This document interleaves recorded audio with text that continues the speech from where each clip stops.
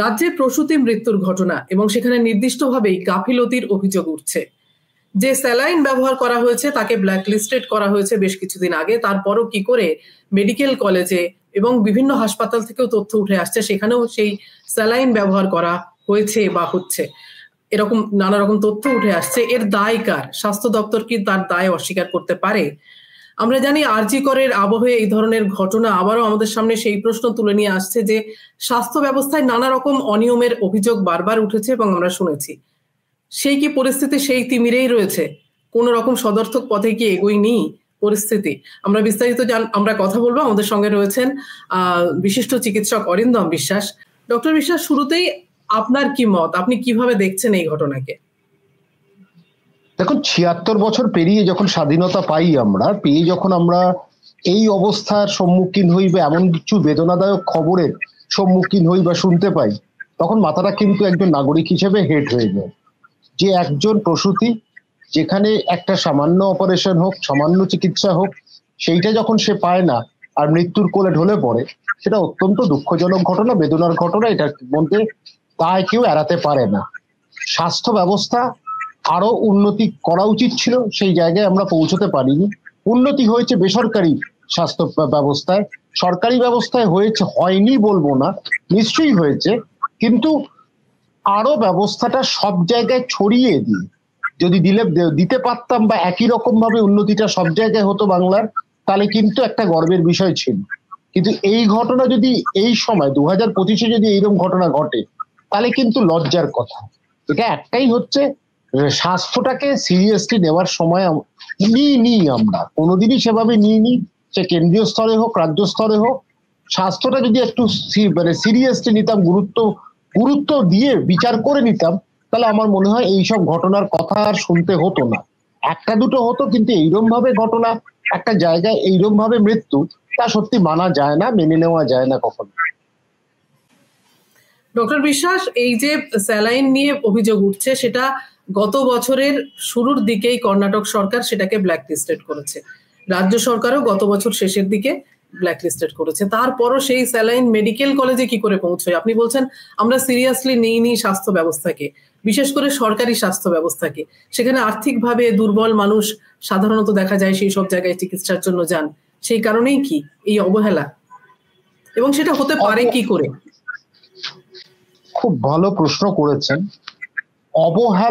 অবহেলিত মানুষের সংখ্যাটা বহু, কিন্তু যারা চিকিৎসা পান খুব উচ্চ মানের, তারা কিন্তু একটা শ্রেণী। আর কিছু কিছু ক্ষেত্রে সরকারি সাহায্য আছে, এটা অস্বীকার করার নেই, কিন্তু বড় একটা অংশ কিন্তু অবহেলিত। এই অবহেলার কারণ সেটা হচ্ছে যে রাজনৈতিকভাবে আমরা স্বাস্থ্যটাকে কখনো খুব গুরুত্ব দিইনি। কারণ ভারতবর্ষ যদি আপনি দেখতে হয়, ভারতবর্ষের শক্তিশালী জায়গাটা হচ্ছে রাজনৈতিক অংশটা। তাদের হাতেই কিন্তু ক্ষমতা, প্রয়োগ করার ক্ষমতা যেরকম তাদের হাতে, পরিকল্পনা করার ক্ষমতা তাদের হাতে, আবার বাস্তবায়ন করার ক্ষমতাটাও তাদের হাতে।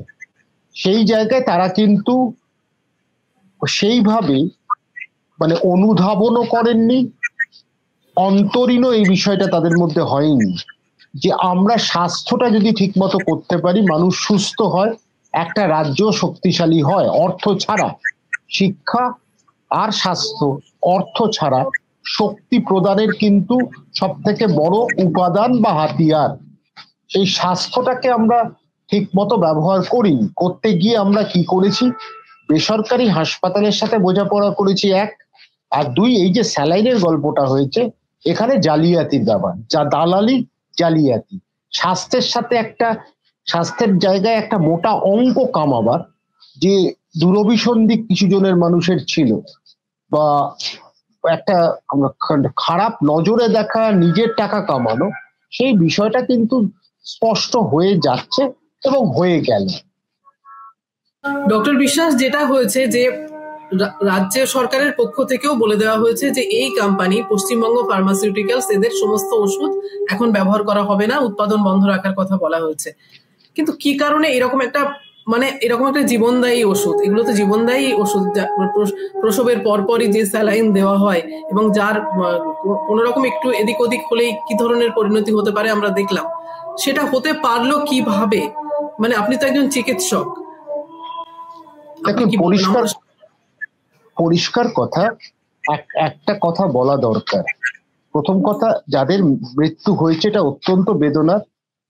প্রথমে একটা আমি বলবো পোস্টমর্টম হওয়া দরকার ছিল।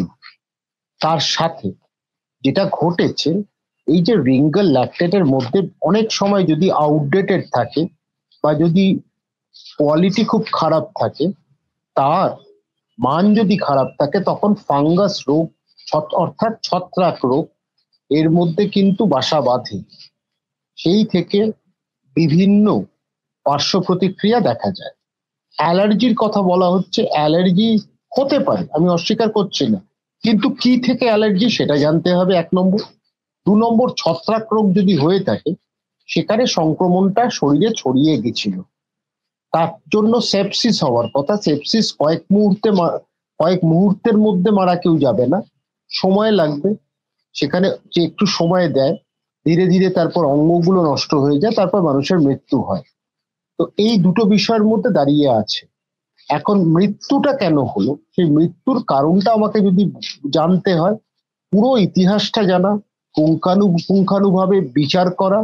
তৃতীয়ত হচ্ছে পোস্টমর্টমটা হলে আরো পরিষ্কার করে জানা যেত যে কি ঘটনাটা ঘটেছিল যার দরুন এই মানুষগুলোর মৃত্যু হয়েছিল। এখন যেটা বিষয়, এই জায়গায় স্বচ্ছতা দরকার।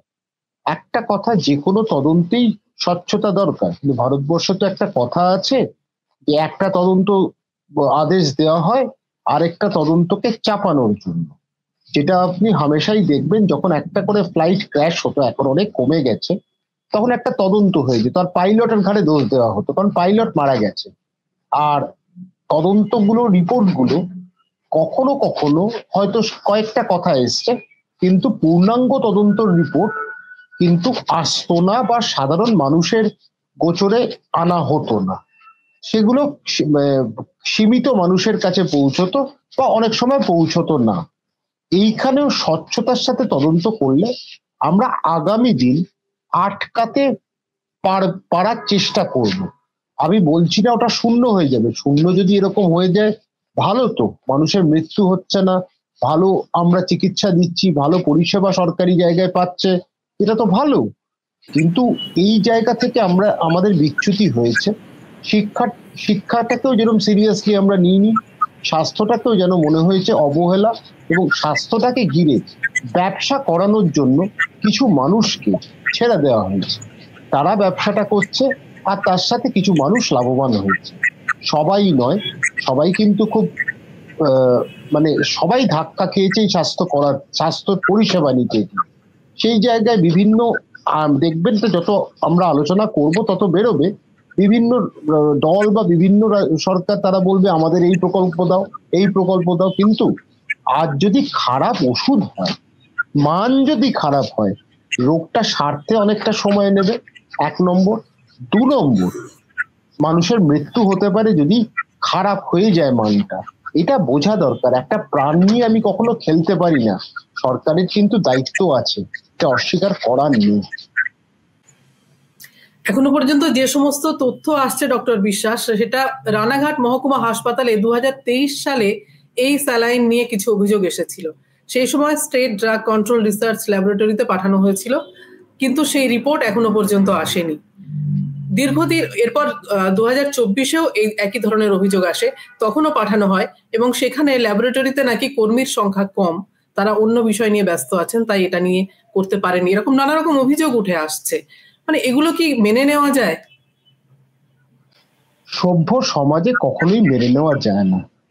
যেখানে মানুষের মৃত্যু বা যেখানে মান নিয়ে প্রশ্ন উঠে গেছে, সেখানে সেই মানটা ঠিক আছে কিনা সেটা তদন্ত হওয়া দরকার, সেটা বিচার হওয়া দরকার, এবং সেই ল্যাবগুলোই বিচার করবে। একটা ল্যাব যেখানে নাকি শুনলাম 47 জন কাজ করার কথা, সেখানে 10 জন কাজ করছে না, 12 জন কাজ করছে।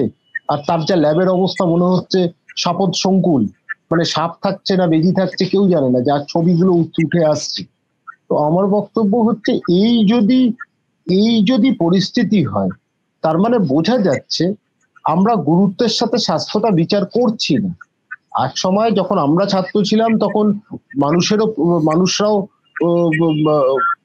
মানে গাইনি ডিপার্টমেন্টে প্রসব হতো, বেড়ালদেরও হতো। এটা কোনো সভ্য সমাজে হয় না, কিন্তু এটা হতো। অক্সিজেন কম হয়ে একটা অক্সিজেন থেকে আরেকটা লোকের কাছে অক্সিজেন দিয়ে দেওয়া হচ্ছে, অক্সিজেন সিলিন্ডার দিতে পারছে না, এরকম অবস্থাও দেখেছি। এখনো যদি এত বছর পরে অতিবাহিত হওয়ার পরেও, কয়েক দশক অতিবাহিত হওয়ার পর মানুষকে মৃত্যুর কোলে ঢলে পড়ে যেতে হয় কারণ বাজে মানের মানে মানে সন্দেহজনক ওষুধ দেওয়ার আর সন্দেহজনক রিঙ্গল ল্যাকটেট দেওয়ার জন্য, এর থেকে দুঃখের আর কিছু হতে পারে না। এটাই হচ্ছে সব থেকে খারাপ অবস্থা আমাদের এই মুহূর্তে। সুতরাং সেখানে আমাদের কোনো সরকারি স্বাস্থ্যটাকে তৈরি করতে পারেনি, ভালো করতে পারেনি। আর একটাই হচ্ছে সব থেকে যেটা মানে বিপজ্জনক হয়েছে, কলকাতা কেন্দ্রিক হয়েছে বা শহর কেন্দ্রিক হয়েছে। শিলিগুড়িতে আছে, কলকাতাতে আছে, গ্রামাঞ্চলে বা শহরতলিতে স্বাস্থ্য ব্যবস্থার উন্নতি যে প্রয়োজন ছিল সেটা বোধগম্য বোধহয় কারুর হয়নি, সেটা অনুধাবন কেউ করতে পারেনি। আমলাদের কথা ছেড়ে দিন, বা যারা রাজনৈতিক নেতা যারা গ্রাউন্ড লেভেলে কাজ করছে তাদেরও তো এই ব্যাপারে মুখ খোলা উচিত ছিল, দাবিটা খুব স্পষ্ট করে জানানো উচিত ছিল। গতকাল আপনাকে আমি একটা বলি, শ্রীরামপুরে কোনো একটা হাসপাতালে কোনো একজন তৃণমূল নেতার স্ত্রী একদম সে মানে ব্রেন ডেথ, 80% ব্রেন ডেথ, কথা ঠিক আমি বুঝলাম না, ব্রেন ডেথই হয়ে গেছে। তাকে বেসরকারি হাসপাতালে কলকাতায় আনা হয়েছিল, সেখানেও বেশি দিন কিছু ঠিক সুবিধা মতো করতে পারেনি, আবার ফিরিয়ে দেওয়া হয়েছে একটা হাসপাতালে। অর্থাৎ ওই পেশেন্টকে বাঁচানো প্রায় অসম্ভব। কিন্তু এইটা আপনি কি করে হয়? যদি অ্যানেস্থেটিক হ্যাজার্ড হয় সেটা অন্যায়, কিন্তু হচ্ছে তো আমার বক্তব্য এই রিঙ্গল ল্যাকটেটের জন্য যদি আজকে এরকম মানুষের মৃত্যু হয় তাহলে এর থেকে দুঃখজনক বেদনার কিন্তু কিছু নেই। কিন্তু বিষয়টাকে ভাববার, আমাদের মুশকিল হচ্ছে আমরা মানে কল নল জল পেয়ে গেলেই আমরা খুশি হয়ে যাই। আমরা কখনোই আমাদের নেতাদের জিজ্ঞেস করতে দেখি না যে আমাদের স্বাস্থ্য কেন্দ্রে কটা ওষুধ আছে, ঠিক ওষুধ আছে কিনা, মানে পরিষ্কার চিকিৎসা দেওয়ার মতন আছে কিনা, কিডনি খারাপ হয়ে গেলে কেন আমাকে কলকাতায় নিয়ে যেতে হবে, তার আগে আমাকে ডায়ালিসিসের ব্যবস্থা করা যাবে কিনা। এই কথাগুলো কিন্তু সাধারণ মানুষের মধ্যে থেকে নেই। সাধারণ মানুষ যেদিন এই কথাগুলো বলবে আমার মনে হয় নেতারা ভয় পাবেন। সাধারণ মানুষ খুশি হয়ে যাচ্ছেন, নলকল চলে তো জলে, তাই সে জল পেয়ে গেল, সে কারেন্ট পেয়ে গেল, সে একটা দোকান পেয়ে গেল। তো এই জায়গাগুলো হচ্ছে মানে অসুবিধা। তো কিন্তু মুশকিলটা হচ্ছে আমরা সাধারণ মানুষরা স্বাস্থ্যের কথাটা আমাদের নেতাদের বলতে ভয় পাই, নয়তো বলি না, নয়তো কোনটা বোধ করি, নয়তো আমাদের কাজ অন্য কিছু মিটে গেছে বলে আমরা ভাবি স্বাস্থ্যটা নিয়ে দরকার নেই। কিন্তু এই স্বাস্থ্য নিয়েই সব থেকে বড় প্রশ্নটা করা দরকার। প্রশ্ন করলেই আমরা কিন্তু একটা উত্তর পেতে পারবো।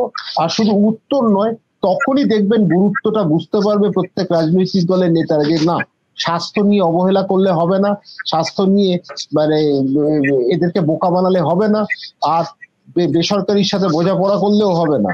কিন্তু আজকে মানুষ স্বাস্থ্যর কথা জানতে চায়, এই দাবিটা এখনো পর্যন্ত সেইভাবে জোরালো ভাবে মানুষ তোলেনি। কবে তুলবেন জানি না, কিন্তু তোলার সময় হয়েছে এইটুকু বলতে পারি। মানে শেষমেশ মানুষকেই দাবি তুলতে হবে, মানুষকেই তার অধিকার ছিনিয়ে নিতে হবে, এটাই শেষমেশ উঠে আসছে। ডক্টর বিশ্বাস, এই যে আরএল স্যালাইন যেটা নিষিদ্ধ হওয়া সত্ত্বেও মেদিনীপুর মেডিকেল কলেজে কিভাবে পৌঁছলো, সেখানে সেটা দিয়েই ট্রিটমেন্ট চলছিল।